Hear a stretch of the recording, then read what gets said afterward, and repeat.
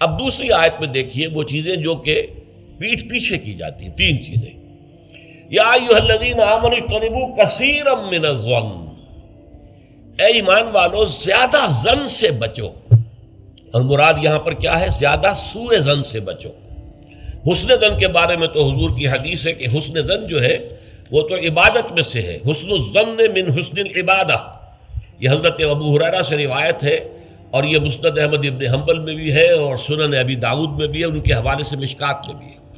اس اعتبار سے حسن ظن تو مسلمان کا وصف ہے، سب سے حسن ظن رکھو، الا یہ کہ کوئی شخص ثابت کر دے کہ میں حسن ظن کے قابل نہیں ہوں، پھر آئندہ کے لیے محتاط رہیے آپ. لیکن کسی سے کوئی معاملہ شروع ہی سے بدظنی پر نہ کیجیے، سوء ظن پر نہ کیجیے.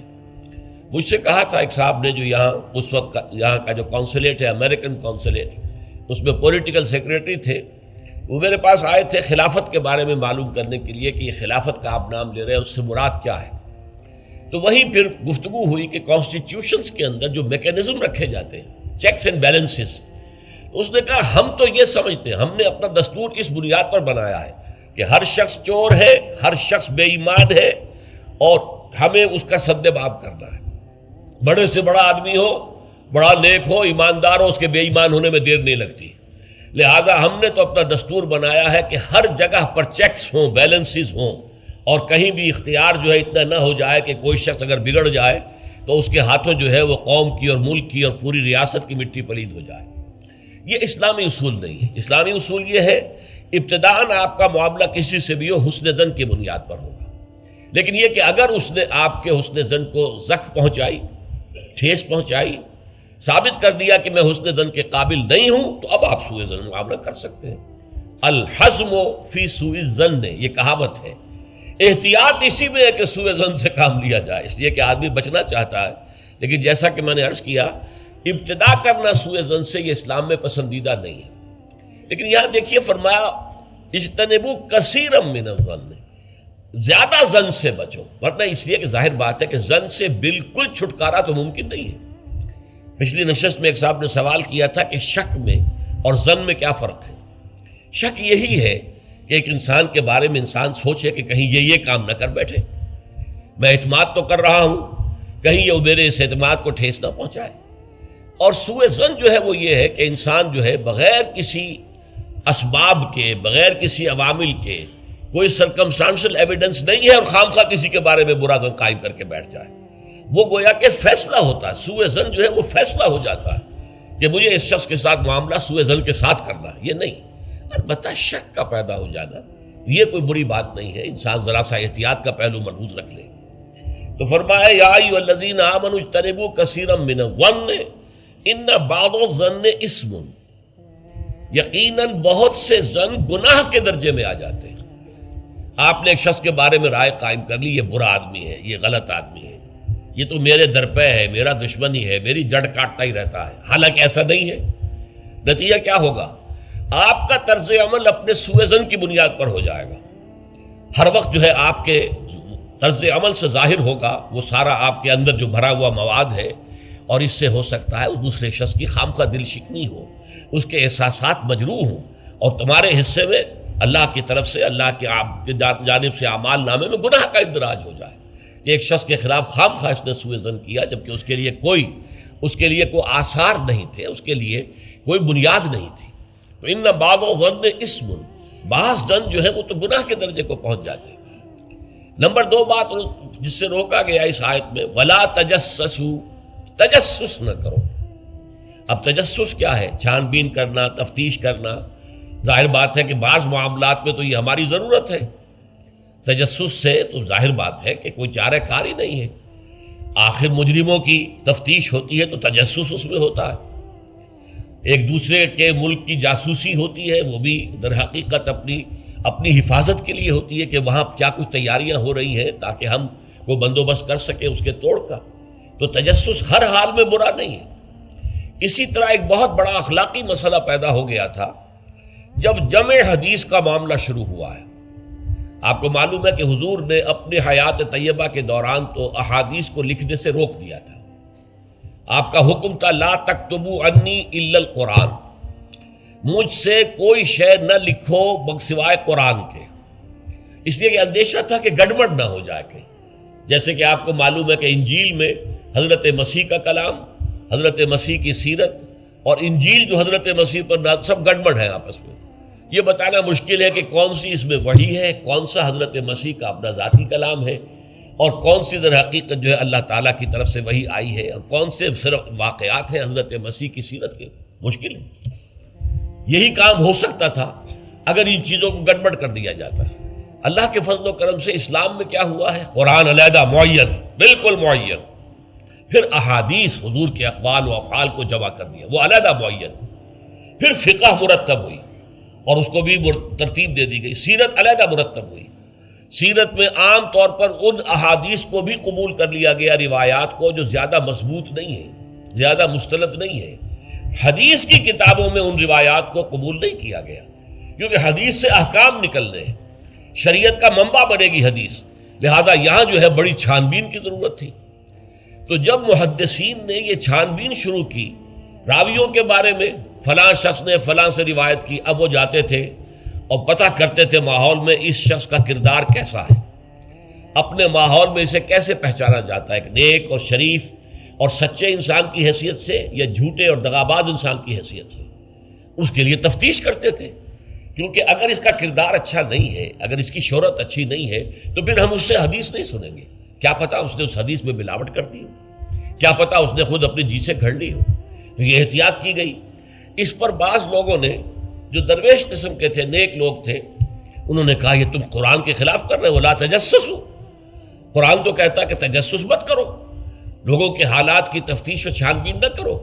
تو جواب دیا گیا نہیں، یہاں یہ در حقیقت ایک دینی ضرورت کے طور پر ہے، اور جواب بھی اسی صورت سے دیا گیا. وہ جو آیت ہم پڑھ چکے ہیں، یا ایھا الذین آمنوا ان جاءکم فاسق بنبأ فتبینوا ان تصیبوا قوما بجہالۃ فتصبحوا علی ما فعلتم نادمین. یہ آپ کو معلوم ہے کہ یہ آیت نمبر 6 ہے اسی سورہ مبارکہ کی، ہم پڑھ چکے ہیں. اہل ایمان، تمہارے پاس اگر کوئی فاسق آدمی، غیر متقی آدمی کوئی خبر لے کر آئے تو تحقیق کرو، چھان بین کرو. ایسا نہ ہو کہ تم اس کی خبر، لائی ہوئی خبر پر اعتماد کر کے کوئی اقدام کر بیٹھو، کسی گروہ کے خلاف، کسی قبیلے کے خلاف جو ہے حملہ کر دو، اور پھر بعد میں تمہیں پچھتانا پڑے کہ خبر تو غلط تھی. تو اس دلیل سے پھر محدثین نے کہا یہ ہمارے لیے ایک دینی ضرورت کے طور پر کہ احادیث نبویہ سے شریعت کے احکام نکالے جائیں گے. تو ہم دیکھ لیں جو حدیث پیش کر رہا ہے اس کا کردار کیا ہے، اس کی سیرت بھی ہے کہ نہیں.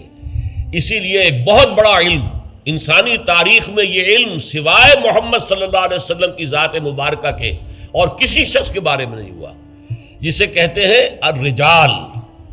یہ علم الرجال جو ہے کہ تمام جو صحابہ تابعین، ان کی شخصیتوں کا پورا تجزیہ یہ کر دیا گیا.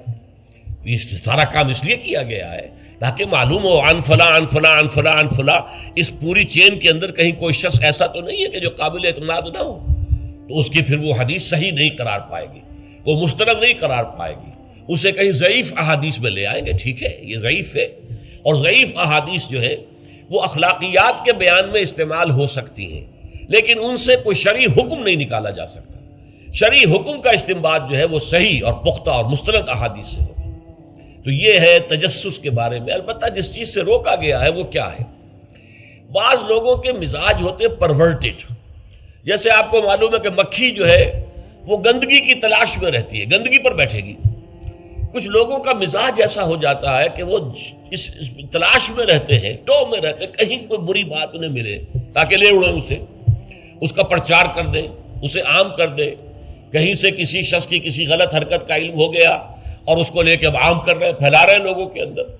یہ جو ہے تجسس اس لیے کرنا کہ آپ کے ہاتھ میں کوئی سکینڈل بنانے کا کوئی مواد آ جائے، کوئی طریقہ ایسا ہو جائے. تو یہ جو مکھی کی ذہنیت اور مزاج رکھنے والے لوگ ہیں، یہ ان کو روکا جا رہا. تجسس نہ کرو، بلکہ کہا گیا ہے کہ اگر تمہارے کسی بھائی کا عیب تمہارے سامنے کھل جائے تو پردہ ڈالو.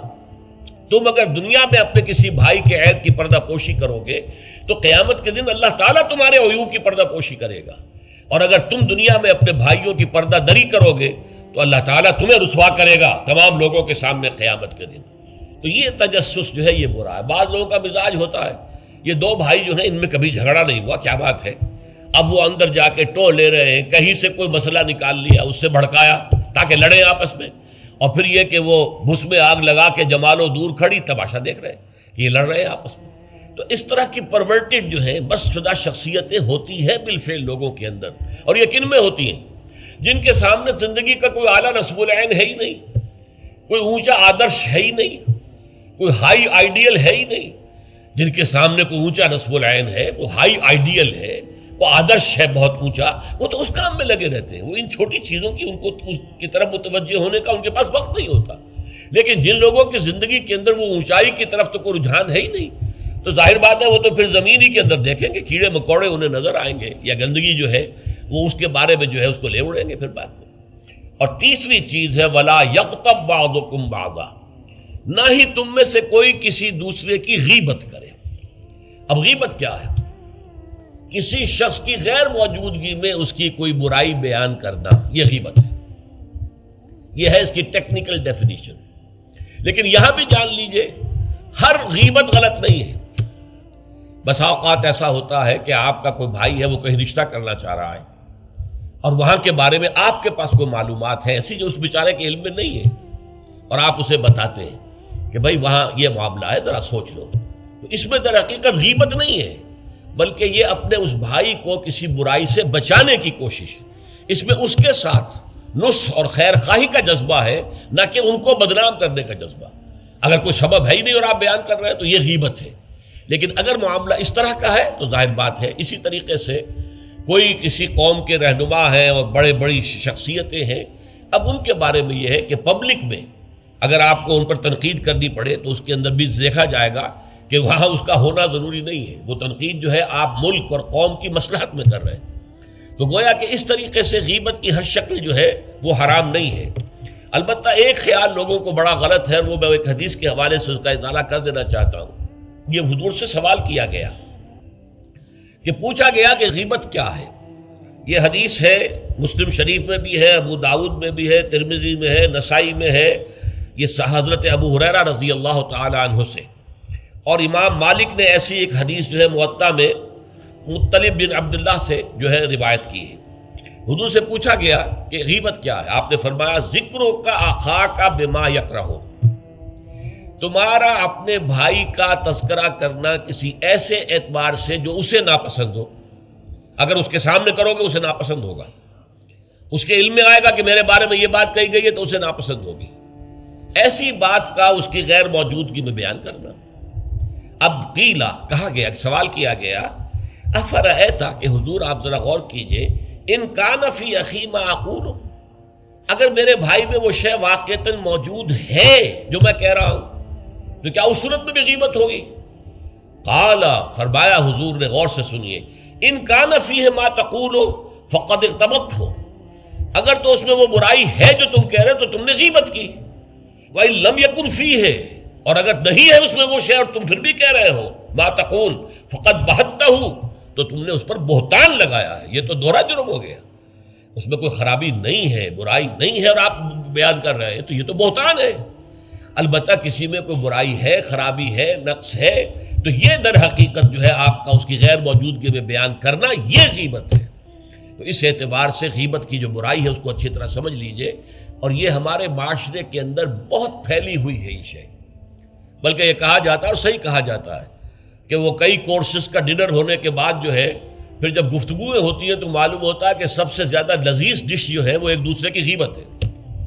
اور ہوتا کیا ہے، شادی کا کہیں پر مجمع لگا ہوا ہے اور جو ہے وہ ابھی بارات نہیں آئی ہے یا کوئی اور مسئلہ ہے، بیٹھے ہوئے ہیں، تو جب 3 آدمی بیٹھے ہوں گے تو کسی اور کی غیبت کریں گے، اور جب ان میں سے ایک اٹھ کے چلا جائے گا تو اب یہ دونوں اس کی غیبت کریں گے۔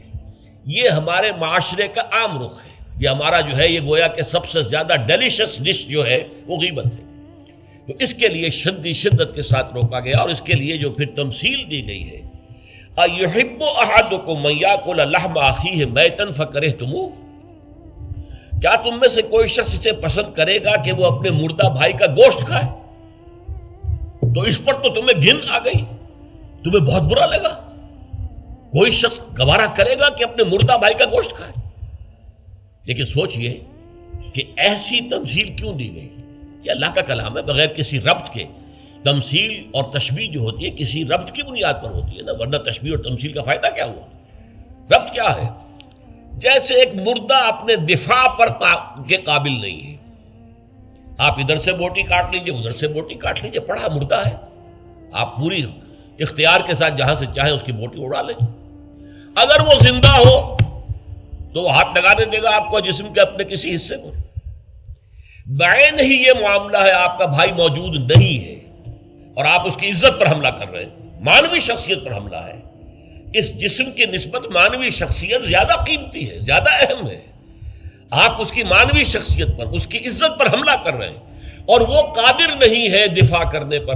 اگر وہ ہوتا اور بات کرتے، اور یہ چیز پسندیدہ ہے، اگر آپ پبلک کے اندر اس کے منہ پر کہیے بات تو معلوم ہوگا، بلکہ اس میں جو پسندیدہ ترین بات ہے وہ یہ ہے کہ کسی بھائی کا کوئی عیب ہے، علیحدگی میں جا کر بتاؤ، بھائی تمہارے اندر مجھے یہ نقص نظر آ رہا ہے، برا نہ ماننا، میں نے تمہاری اصلاح کے لیے کہا ہے، مجھے تم سے کوئی قد نہیں ہے، دشمنی نہیں ہے۔ یہ نہایت پسندیدہ بات ہے۔ اس کو کہا گیا المسلم و مرۃ المسلم، ایک مسلمان دوسرے مسلمان کے لیے آئینے کے مانند ہے۔ جیسے آپ آئینہ دیکھتے دیکھتے رہے یہاں کوئی داغ لگا ہوا ہے، دھبا لگا ہوا ہے، آپ اسے دھو دیتے ہیں، ہٹا دیتے ہیں۔ اسی طریقے سے ایک مسلمان کو اپنے مسلمان بھائی کے لیے آئینے کے مانند ہونا چاہیے کہ وہ اسے اس کی خرابیوں پر، اس کی برائیوں پر مطلع کر دے، لیکن یہ اطلاع جو ہے یہ ہوگی خلوص کی بنیاد پر، خیر خواہی کی بنیاد پر، اسے ذلیل کرنے کے لیے نہیں، اسے بدنام کرنے کے لیے نہیں، بلکہ یہ کہ اس کے سامنے علیحدگی میں، تنہائی میں بات کی جا رہی ہے۔ البتہ اس کی غیر موجودگی میں بات کی جائے وہ غیبت ہے، اور وہ بالکل صحیح تمثیل ہے جو قرآن نے استعمال کی ہے، صحیح ترین تمثیل ہے۔ اَيُحِبُّ أَحَدُكُمْ أَن يَأْكُلَ لَحْمَ أَخِيهِ مَيْتًا فَكَرِهْتُمُوهُ، کیا تم میں سے کوئی شخص پسند کرے گا اپنے مردہ بھائی کا گوشت کھائے؟ بالکل اسی طریقے سے وہ تمہارا بھائی جو محفل میں نہیں ہے، وہ اپنی عزت کے دفاع پر قادر نہیں ہے۔ اگر وہ ہوتا تو کہتا بھائی آپ غلط کہہ رہے ہیں، آپ کو مغالطہ ہوا ہے، بات یوں نہیں تھی یوں تھی، کوئی ایکسپلین کرتا، کوئی اپنا دفاع کرتا، کوئی اپنی شخصیت کا، اپنی عزت کا تحفظ کرتا، لیکن وہاں نہیں ہے وہ تو اپنے تحفظ پر قادر نہیں ہے۔ لہذا یہ غیبت در حقیقت مانوی سطح پر وہی شے ہے جو مادی سطح پر کسی مردہ بھائی کا گوشت کھانا ہے۔ فَكَرِهْتُمُوهُ، یہ تو تمہیں بہت برا لگا یہ بات۔ بلکہ اکثر لوگ کہیں گے کہ ایسی مثالیں جو ہیں، کیا ماذا اراد اللہ بہذا مسئلہ، ایسی تمثیل دینا، کہیں گدھے کی تمثیل دی گئی ہے قرآن مجید میں، وہ یہودی جن کے اوپر تورات کا تو بار تو لدا ہوا ہے، تورات پر عمل نہیں کرتے، تو ان کی مثال کیا ہے؟ کمثل الحمار یحمل اسفارا، وہ تو ایسے ہے جیسے کہ گدھا ہے، اس کی پیٹھ کے اوپر کتابوں کے انبار لگے ہوئے ہیں، گٹھری باندھ کر جو ہے مکالمات افلاطون لکھی ہوئی ہے، یا انسائکلوپیڈیا برٹانیکا کی گٹھری باندھ کے رکھ دی گئی ہے، اسے کیا فائدہ؟ اسی طرح سورہ اعراف میں کتے کی مثال دی گئی ہے، کہیں مچھر کی مثال دی گئی ہے، کہیں بکری کی مثال دی گئی ہے۔ تو مثالیں جو ہوتی ہیں وہ مانوی ربط کے اعتبار سے ہوتی ہیں، یہ نہیں دیکھا جاتا کس چیز کی مثال دی جا رہی ہے، جس چیز کے لیے مثال دی جا رہی، مشبہ لہو اور مشبہ بہی، کس چیز کے ساتھ تشبیہ دی جا رہی ہے، کس لیے دی جا رہی ہے۔ اَيُحِبُّ أَحَدُكُمْ أَن يَأْكُلَ لَحْمَ أَخِيهِ مَيْتًا فَكَرِهْتُمُوهُ وَاتَّقُوا اللَّهَ، اللہ کا تقوی اختیار کرو، اس لیے کہ سارے احکام کی روح جو ہے وہ تقوی ہے۔